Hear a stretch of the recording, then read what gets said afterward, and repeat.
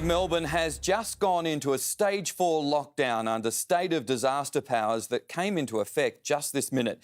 We're facing 6 weeks under the toughest restrictions in the nation, including a nightly curfew that starts at 8 o'clock tonight. The New Zealand-style lockdown includes new rules on work, shopping and exercise. The Costco queue is back. An expectation of further restrictions spooked Melbourne into action. Guys, please maintain 1.5 metre at least. From Moorabbin to Epping, where trolley traffic surrounded the car park, the expectation became reality this afternoon when Stage 4 was announced. This is a very difficult day, but these are the decisions I've made because these are the ones that will keep Victorians safe. Stage 4 means Victoria is in a declared state of disaster. There's now a curfew, exercise time limits and shopping limits. The Premier says it's pictures like these, a packed car park at Bunnings today, that confirmed why health officials needed to tighten restrictions. On a day we recorded 671 new coronavirus cases and 7 deaths. The death toll now 123. Stage 3 is not working. If we were to pursue this strategy, it would likely be the end of the year before we were able to reopen. Here's how it works. The curfew is from 8 p.m. to 5 a.m. and it starts tonight. It'll run until Sunday, 13th of September. We must be at home during curfew hours, except for work, medical appointments, caregiving and seeing a partner. 6 weeks should absolutely be enough, but it has to have everyone's cooperation. Exercise is limited to 1 hour a day with just one other person.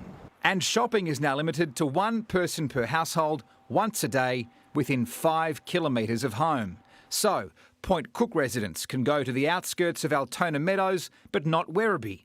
If you live in Craigieburn, you're limited to Roxburgh Park and Mickleham. And Ringwood residents can go as far as Park Orchards and Croydon. This time I think it's really quite scary. Stage 4 is probably just a necessity at this stage. In a state of disaster, police are given more power to stop protests and arrest people for breaching restrictions. It ensures they have the right tools that they need to enforce all the directives and ensure compliance with those directives. All Victorian school students, including years 11 and 12, will be taught from home from Wednesday, and there are big changes to kinder and childcare. Shopping centres remain open for essential goods and services. Takeaway and delivery only for food and drink. Hairdressers and bottle shops remain open, but more forced business closures will be announced tomorrow. Weddings are banned from Thursday. Just 10 people are allowed at funerals. I guess a bit worried how it will all work. I don't know how to take it. I work in construction. I really hope that I still have a job. We can't hide under a rock.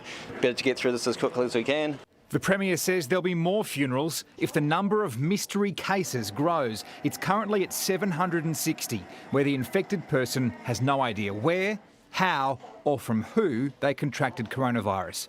And the spread into country Victoria is such a risk, regional areas go up to stage 3 restrictions this week. Our entire state is only just holding on in this virus fight. This is a public health bushfire, but you can't smell the smoke and you can't see the flames. And there are changes to the public transport network as well. It'll operate as normal during the day, but during those curfew hours from 8 p.m. to 5 a.m. there'll be fewer buses, trams and trains, and the entire bus night network has been suspended. That'll free up the PSOs to help police on patrol. Mike? Blake Johnson, thank you.